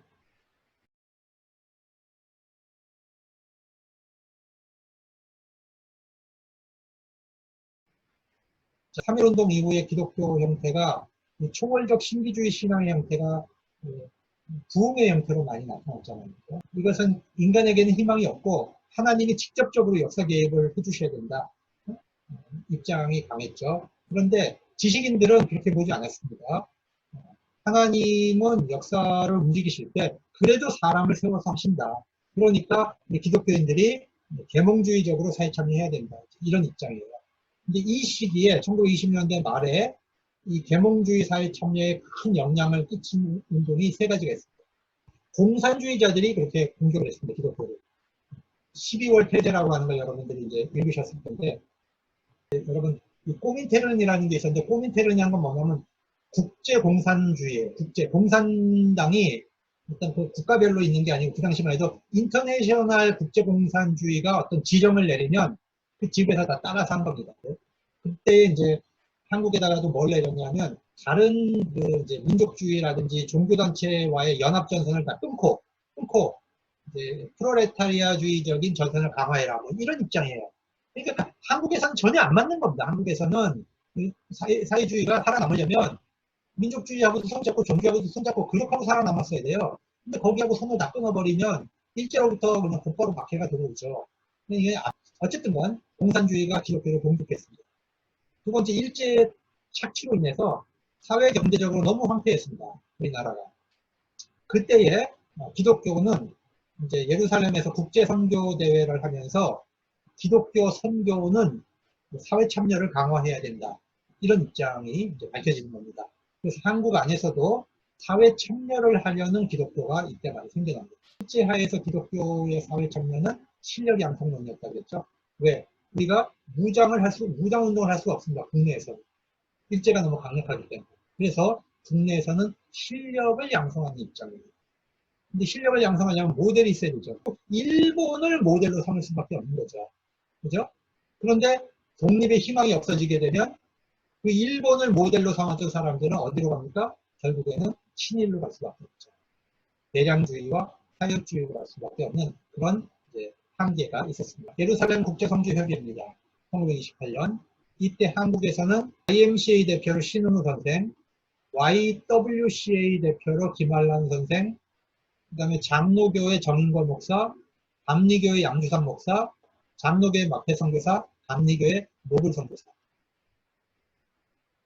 여기서는 주로 다루어진 게 뭡니까? 전통적으로 선교는 얼마나 영혼을 많이 구원하느냐, 얼마나 교회를 많이 세우느냐. 이것이 선교를 평가하는 기준입니다. 그런데 예루살렘 선교대에서는 그것도 중요하지만 이제는 양의 선교가 아니고 질적인 선교를 해야 된다. 이렇게 입장이 바뀌면서 총체적 선교라는 개념이 나옵니다. 영혼 구원과 함께 사회도 산업사회를 구원해야 됩니다. 이러면서 여기서 브룬너라고 하는 그 미국의 사회학자가 한국 농촌 문제를 연구해가지고 거기서 보고서를 냅니다. 한국 농촌이 왜 가난하냐 이거를 이제 밝히는 겁니다. 이런 것을 이제 보고 들어와서 한국에 어떤 운동이 일어나냐면 진보적인 운동이 나타나요. 기독신우회와 적극신앙단이라는 진보운동이 나타나는데 그것은 뭘 추구했냐? 기독교가 민중적이 돼야 된다. 기독교가 민중 속으로 들어가야 된다. 그리고 우리의 신앙은 현실 참여적이어야 된다. 이걸 강조하죠. 그리고 장로교와 감리교가 이때부터 농촌부를 만들어요. 그래서 YMCA와 YWCA와 함께 손잡고 농촌운동, 농민운동을 이때부터 이제 적극적으로 하게 됩니다. 그러니까 이 에큐메니칼 운동, 1928년 에큐메니칼 운동의 영향을 받아서 한국 교회 안에 사회 참여 운동이 일어나는 겁니다. 자, 한편으로는 감리교, YMCA 이런 신학적 진보적인 조직은 이제 이런 쪽으로 움직이는 거죠. 그런데 보수적인 선교사, 근본주의, 그다음에 현실 도피적 신앙 이런 관점에서 보면은 이런 계몽주의적 사회 참여가 반신앙적으로 보이는 거예요. 근데 제가 볼 때는 제 눈으로 볼 때는 그 당시에 이 그 장로교 보수 전통 근본주의가 너무 폭이 좁았어요. 너무 폭이 좁아서 이 그 사회 참여하는 신학과 운동을 수용을 못 해준 겁니다. 이때부터 뭐라고 할까 신학이 쭉 달라지게 되는 거죠. 너무 그 신학의 폭이 좁으면요 열정은 있죠. 열정은 나가고 뜨거운데 폭이 좁으면 미래를 개척할 수 없어요. 사람이 너무 근본주의적인 사람은 이 주변을 안 돌아봐요. 자기가 옳다고 믿는 거에만 빠져서 넓은 세계를 못 보는 거죠. 근데 신학도 마찬가지입니다. 신학이 폭이 넓어야 되고 신앙은 뜨거워야 되지만 신학은 폭이 넓어야 돼요. 이게 좁으면 맹목적인 기독교인이 나오고 맹목적인 기독교인들은 전해주는 거 듣고 거기에 충성하는 자기의 판단력은 극히 좁은 이런 신앙은 오히려 기독교를 위협으로 만듭니다. 자, 아까 얘기했던 그 진보적인 운동 두 가지 틀어보면 장로교 쪽에서는 기독신우회가 만들어지고요. 감리교를 중심으로는 적극신앙운동이 만들어져요. 기독신우회를 먼저 볼게요. 조병옥 박사가 훗날 이제 그 이승만 정권 밑에서 이제 경찰청장도 있었는데 콜롬비아 대학에서 이제 사회학으로 박사를 받았는데 이분은 이걸 주장한 거예요. 그러니까 속죄구원도 강조하면서 사회복음을 우리가 같이 해야 된다. 그래서 고피하지 말고 사회학과 싸우는 기독교를 이루어야 된다. 자, 민중생활을 개선하고 사회학을 제거하고 청년을 의식화하자. 왜? 오늘날 청년들은 두 가지의 극단을 가고 있다. 하나는 교파주의, 속죄 구형에만 빠져가지고 기독 청년이 사회를 보지 못한다. 이게 큰 문제다. 또 한편으로는 교회는 희망이 없다고 생각하고 사회주의로 떠나가는 청년들이 많이 생기는 거죠. 그러니까 이 청년들이 양극단화된 현상 속에서 이 보수적인 청년들로 하여금은 넓은 세계와 넓은 복음의 넓은 의미를 하나님의 세계관 이런 걸 좀 보여주려고 하는 거고, 공산주의 쪽으로 가는 기독 청년들한테는 우리 기독교 안에도 사회 참여하고 민중을 보살피려는 희망이 있다. 이 사회주의로 가지 말고 복음으로 그것을 해라. 이것을 얘기하고 싶었던 거예요. 이게 바로 기독 신우의 운동의 출발입니다.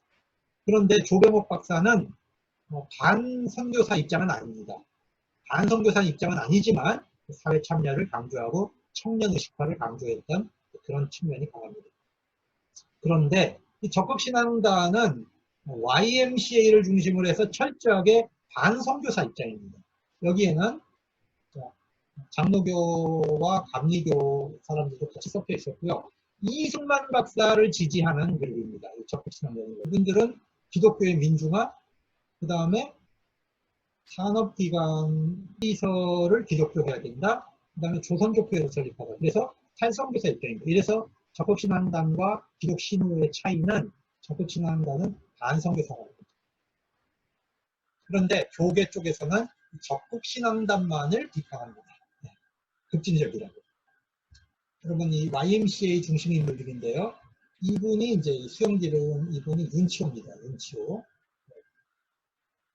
그 다음에 이분은 이제 버크만이라고 하는 선교사인데 YMCA가 한국에 정착되는데 굉장한 도움을 줬던 사람입니다. 형이고요. 그 다음에 브루크만이라고.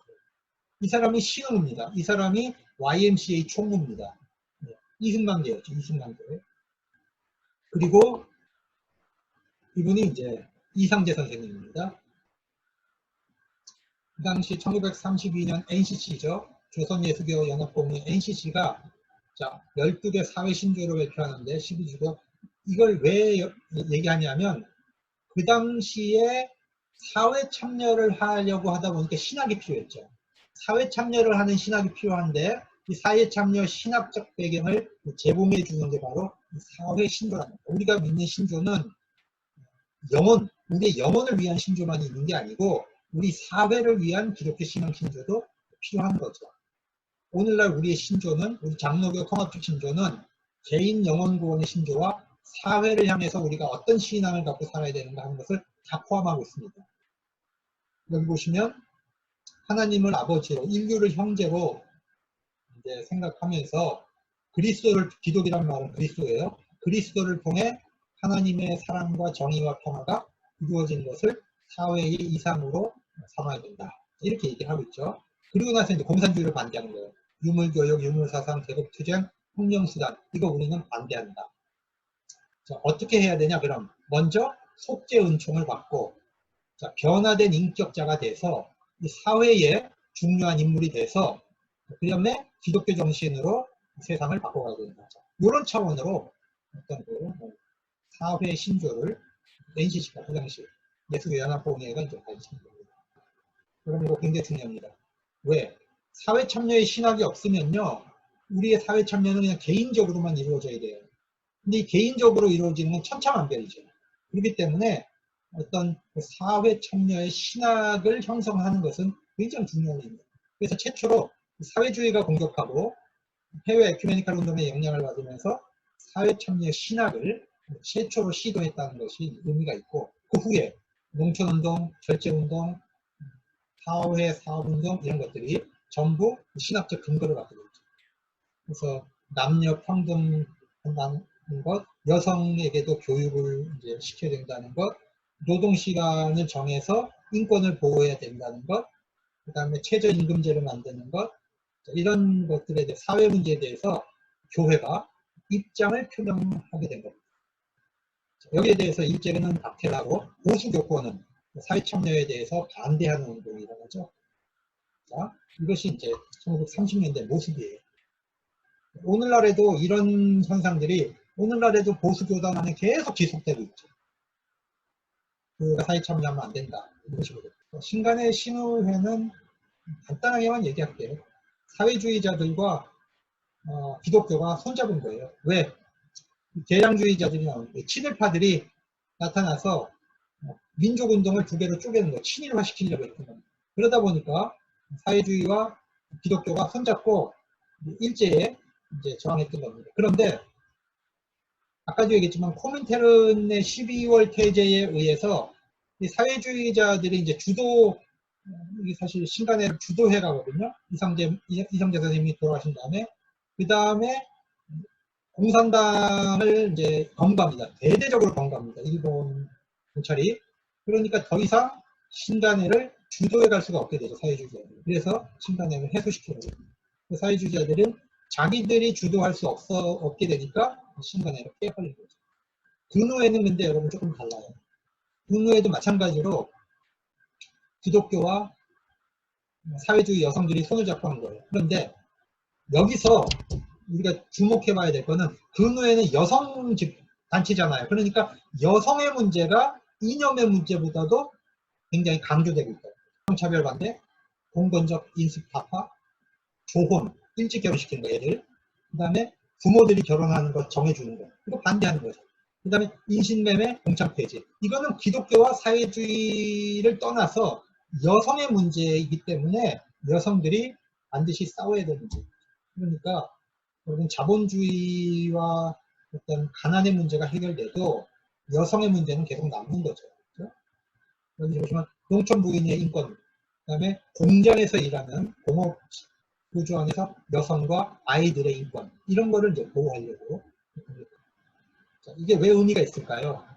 우리는 한국에서는 기독교와 공산주의가 용서할 수 없는 적이 돼 있죠. 우리가 6.25를 겪으면서 이렇게 된 거거든요. 공산주의자들이 기독교에 대해서 행한 악행 때문에 이제 그렇게 된 건데, 우리가 만약에 민족 통일을 지향한다면 교회는 과연 북한 사회를 용납하고 수용할 수 있을까?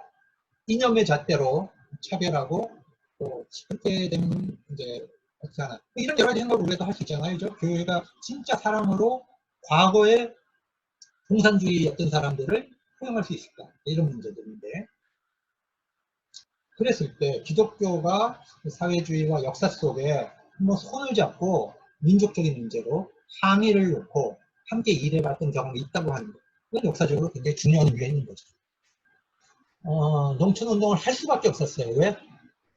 우리는요, 한국교회의 75%가 농촌교회입니다. 농촌이 망하면 교인이 다 이주민으로 떠나고요, 헌금도 낼 수가 없게 되죠. 이러다 보니까 이 농촌 문제는 심각한 한국교회 문제입니다. 그리고 사회주의자들이 농촌으로 들어와서 소작쟁이, 그다음에 적색 농업 운동을 합니다. 그러면 교회에 있던 청년들이 자꾸 빠져나가죠. 이러니까 교회가 농촌 운동을 안 할 수가 없는 그런 상황이 됩니다. 여러 가지로. 그래서 이제 이렇게 가죠. 순서가 YMCA, YWCA, 장로교, 감리교가 주도가 되고요. 처음에는 문맹퇴치 운동하죠. 그 다음에 단체를 조직하고 농사개량, 지도자 양성, 이런 식으로 농촌운동을 전개하는 겁니다. 여기 보시면 1928년, 1920년대 중반에 기독교가 확 떨어지죠. 왜 떨어지겠어요? 수많은 사람들이 이민을 떠나는 거예요. 농촌이 망해가고 있기 때문에. 그리고 공산주의자들의 기독교 공격 때문에 청년들도 빠져나가고 있는 거죠. 이때 농촌운동을 할 수밖에 없었다.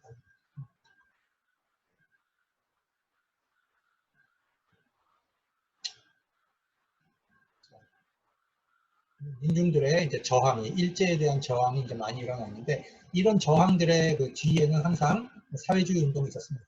사회주의 운동에 영향을 받은.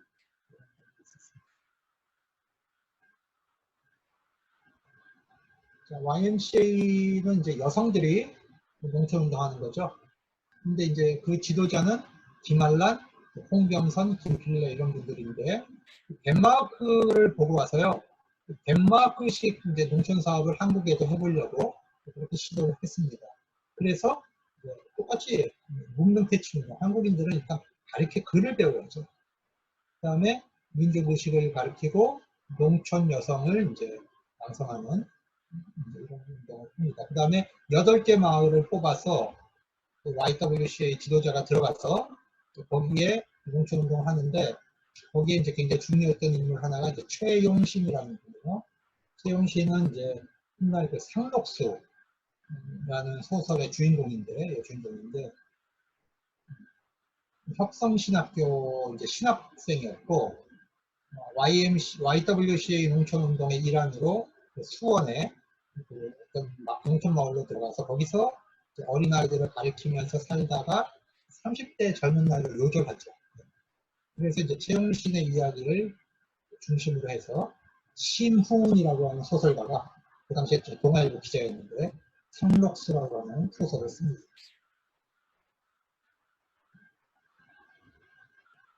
혁성신학교 1학년 때.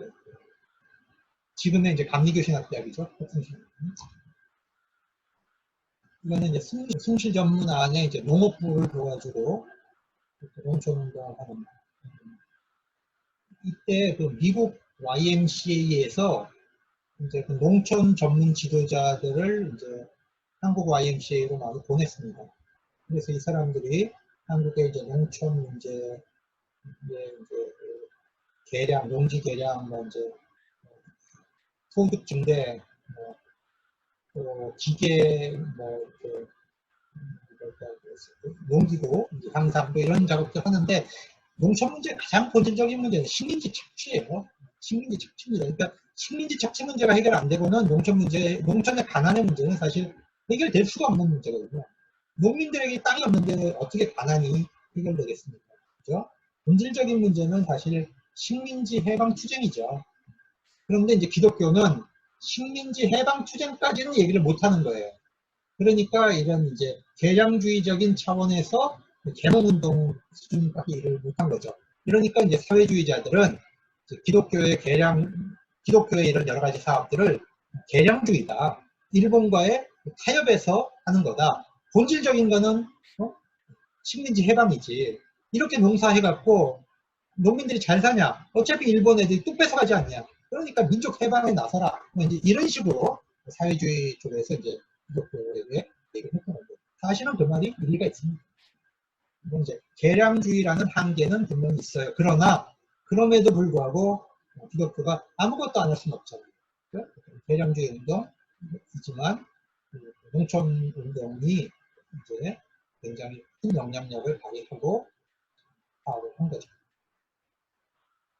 장로교에서는 28년에 농촌부를 설치합니다.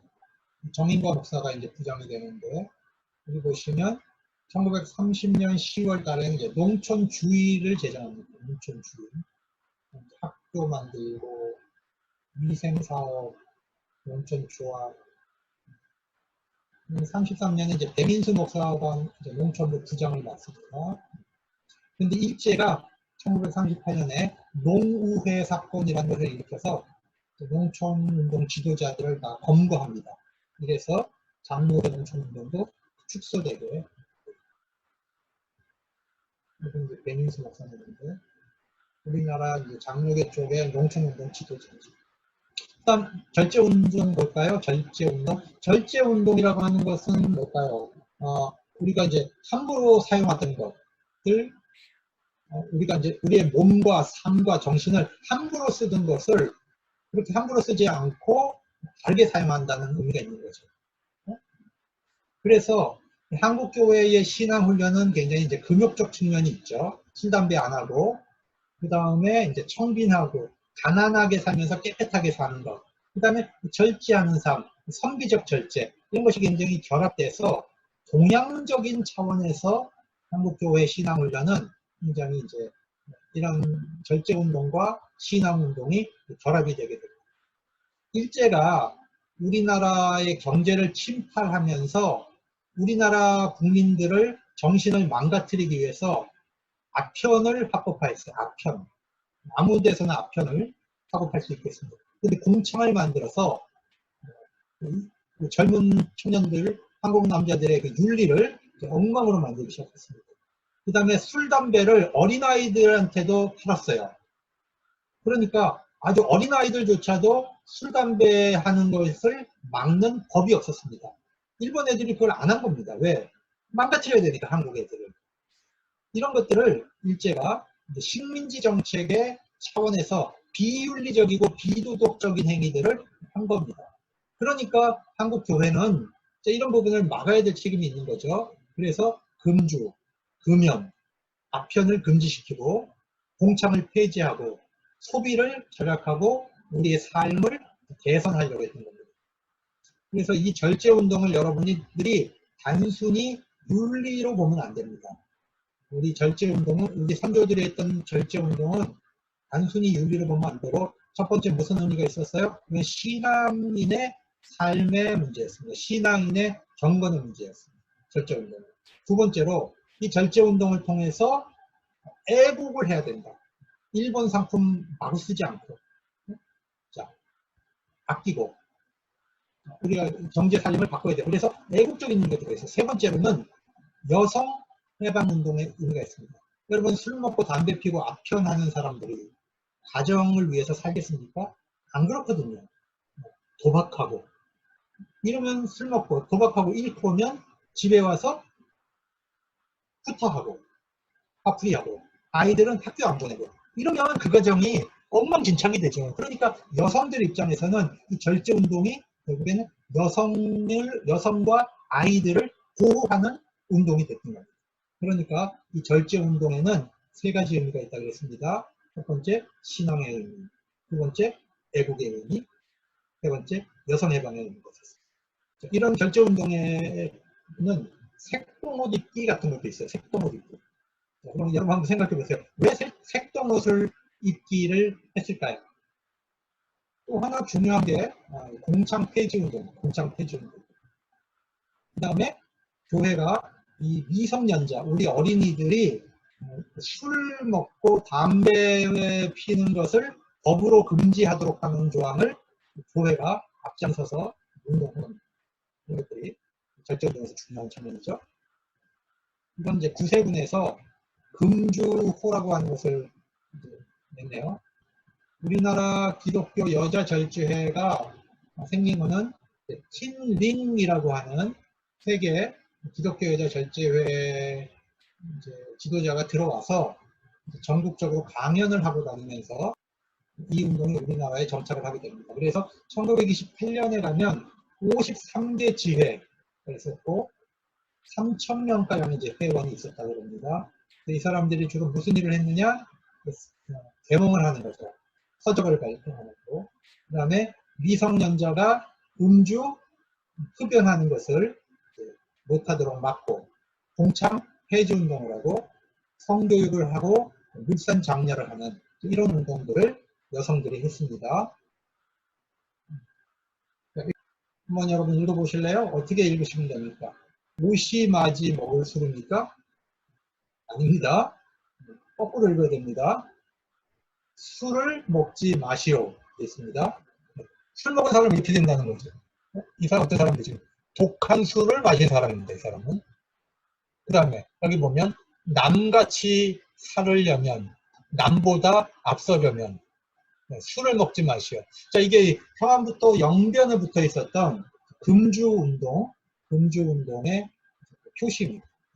기독교인들이 정대했던 거죠. 이거는 이제 전조선 주일학교 대회가 주마정벌군을 출범하는 건데 33년에 자 술을 막이라고 표현합니다. 전도운동과 금주운동을 결합시킨 거죠. 술 먹지 말고 예수 믿으시오 이렇게 연결시킨 거죠. 이런 이제 공창을 만들어서 총독부가 관리하면서 이거는 인천의 이제 유곽입니다. 유곽은 왜 생기냐면 일본 애들이 들어오는 데는 반드시 유곽이 있어요. 근데 일본 애들이 어디로 들어옵니까? 항구에 들어오잖아요. 그러니까 부산항에도 유곽이 있고 인천에 들어오니까 인천에도 유곽이 있고 원산에 들어올 때도 원산에도 유곽이 있는 거죠. 처음에는 이런 유곽들이 생기는 겁니다. 그러다가 일본 총독부가 점차적으로 이 공창을 점점 확대시켜 가기 시작한 거예요.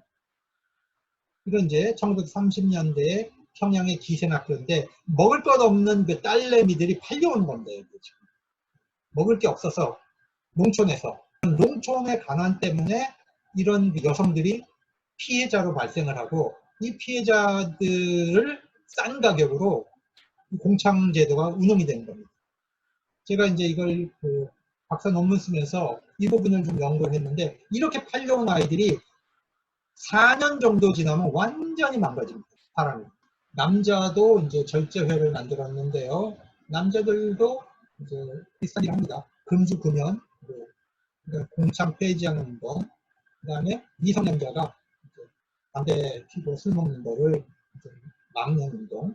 그래서 청소년 보호법을 제정합니다. 우리나라가 일제 치하에서 청소년들이 술, 담배 못하도록 막은 법이 생긴 게 1938년입니다. 그러니까 그 전까지는 일본 애들이 그냥 냅뒀다는 거예요. 공창 폐지 운동을 조금 더 이야기합시다. 1916년 이후로 전국적으로 확대되죠. 자, 주로 희생자가 누구냐? 소작농가의 딸입니다. 한동기 보릿고개라는 말이 있죠. 비축해뒀던 먹을 게 다 떨어지고 새로운 단농산물이 나오기까지 먹을 게 다 떨어지는 시기가 있습니다. 그럼 이때는 아무것도 먹을 게 없으니까 정말 초근목피죠. 근데 이런 비극적인 삶을 살아가는 조선 사회 안에서 이제 서울에서 사람들이 와가지고 서울에 취직시켜준다고, 딸을 보내면 취직시켜준다고, 이렇게 해서 데리고 가는 거예요. 이렇게 해서 많은 그 농가의 딸들이 유학에 팔려가는 이런 일들이 벌어집니다. 이또가 1920년대에 이제 총독이 되니까 그때를 이용해서 선교사들이 이제 폐지하려고 시도했던 겁니다. 그래서 일본에는 창기라는 게 이제 그 공창에 있는 여성들이죠.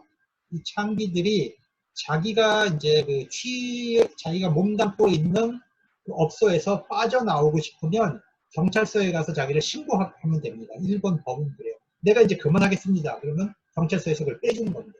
경찰이 관리합니다. 이런 법이 일본에 있어요. 그러니까 이거를 조선에도 적용해라.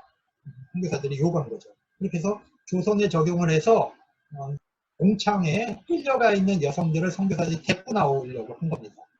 그러면 이 팸프들이 경찰의 통보를 받고 네가 입고 있는 옷은 우리가 사준 거니까 그거 벗어라.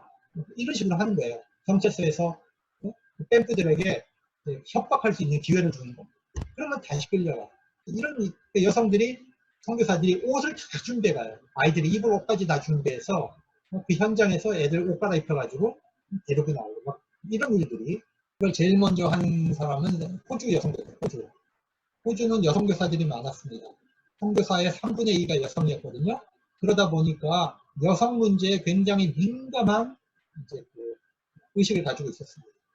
그래서 호주 여성교사들이 주도해서 공창 폐지 운동을 했고, 이것은 결국 전국적인 기독교 에큐메니컬 사업으로 발전합니다. 구세군이 했던 이제 사회 사업이 있고요. 감리교가 했던 사회 사업이 있고요. 이 장로교에서는 특별히 나환자를 위한 병원을 운영했죠. 그러면 나병은 따뜻한 지역에서만 발병을 해요. 그러니까 경상남도, 전라남도 지역에서만 발병합니다. 그래서 나병원을 대구, 부산, 순천에다가 둔 거죠. 그렇기 때문에 장로교만이 나환자를 치유한 겁니다. 대신 북쪽에서는 감리교는 결핵 퇴치 운동을 했습니다. 결핵. 그리고 평양에 맹인 학교가 이제 세워져서 맹인 구제 사업이 이루어지는데요. 이분이 이제 그 한국 점자의 아버지라고 불리는 박두성 선생님입니다. 식민지 치하의 그 앞을 못 보는 시각장애인들은 얼마나 참 힘들었겠어요. 무슨 시각장애인을 위한 시설이 있는 것도 아니고, 누군가가 글을 가르쳐 주는 것도 아니고. 그래서 이 박두성 선생님은 성인들에게 성경을 읽게 해줘야 되겠다고 생각한 겁니다. 그래서 이 박두성 선생님이 신구약 성경 전체를 점자로 찍었습니다. 점자로 찍어서 홍판을. 그렇게 해서 맹인들이 성경을 읽을 수 있도록 했습니다. 1934년, 35년에 마가, 누가, 요한복음 이제 점역을 합니다. 그 다음에 1940년에 신약 성경 전체를 점역을 합니다. 그런데 6.25 전쟁이 터져가지고 성서공회에 보관하고 있던 이 아연판, 이 아연판이라는 건 성경 전체가 다 불타버린 거죠. 그걸 맞아요. 기가 그래서 이제 미국 성서공회에 이제 아연판 2,000장을 후원받아갖고 구약, 신약 전체를 점역을 합니다. 그래서 1957년이 돼서 1957년이 돼서 맹인들도 성경을 이제 읽을 수 있도록 그렇게 이제 점자 성경이 나옵니다. 그 다음에 이제 한센병자, 나 환자들은 이제 어떻게 이제 병원이 시작됐나 살펴보겠습니다. 포사이트라고 하는 의사가 있었습니다. 굉장히 따뜻하고 굉장히 헌신적인 분이었는데 이분이 이제 31살 때 전주에 와서 사역을 하다가 강도를 만나갖고 이분이 오른쪽 귀가 강도들에게 잘려요. 그래서 이분이 너무 충격을 받아갖고 이제 미국에 돌아갔다가 잠시 후에 한국으로 다시 들어옵니다. 그리고 이제 목포에서 활동을 하셨는데 이때 이분이 이제 별명이 한 손의 전도지 한 손의 약 그렇게. 호남 기독교의 특징은 머리적인 게 아니에요. 호남 기독교의 특징은 정서적입니다. 사람의 마음을 움직이는 선교를 한 겁니다. 그래서 목사보다도 의사들, 헌신적인 의사와 헌신적인 간호사들이 훨씬 더 이 호남 지역 복음 전파에 영향력이 컸습니다. 이분이 목포에서 광주로 온다가 버려진 죽어가는 여성 나환자를 발견하고 말에 태워가지고 자기는 걷고 13마일을 데리고 와요. 그리고 병원으로 데리고 왔는데 환자들이 막 데모하고 항의하잖아요. 그래서 이분이 어쩔 수가 없어가지고 그리고 이제 가마터거든요. 여성 나환자를 데려다가 여기서 보살펴주고 그럽니다. 그런데 오래 살지 못하고 나환자가 이제 죽습니다. 그런데 이 모습을 이제 지켜본 사람이 바로 선교사들과 최홍종 목사가 그걸 지켜봅니다. 그래서 이 선교사들이 이제 감동을 받아갖고 헌금을 해요. 자기 재산의 일부를 내놓고 이렇게 해서 나환자를 보살피는 시설이 광주에 생깁니다. 그런데 최홍종이라고 하는 그 당시에 이제 청년이 멀리서 이 포사이트 의사를 본 거예요. 충격을 받은 거죠. 한국 사람들도 같은 한국 사람들인데 이 나환자는 사람 취급을 안 하고 버렸는데 저 이국만리에서 온 서양인이 한국인들이 버린 여성 나환자를 데려다가 치유해 준 것을 보고 충격을 받아서 최홍종 씨가 그때부터 예수를 믿고 이제 기독교 지도자로 바꾸면서 이분이 나중에 이제 그 오방이라고 하는 것을 이제 선언하는데 5가지는 놓겠다. 그러니까 세욕을 놓겠고, 식욕을 놓겠고, 명예욕을 놔버릴 거고, 무욕을 놓을 거고, 생명력조차도 내가 놓겠다. 오방 최홍종 호남 지역에서 유명합니다. 광주 YMCA 지도자. 이게 이제 광주 나환자 시설입니다. 근데 이 광주 지역에서 데모하고 난리 나지 않겠습니까? 그래서 이 사람들이 어디로 옮기느냐? 순천 지역. 지금의 여수, 대양 생겨납니다.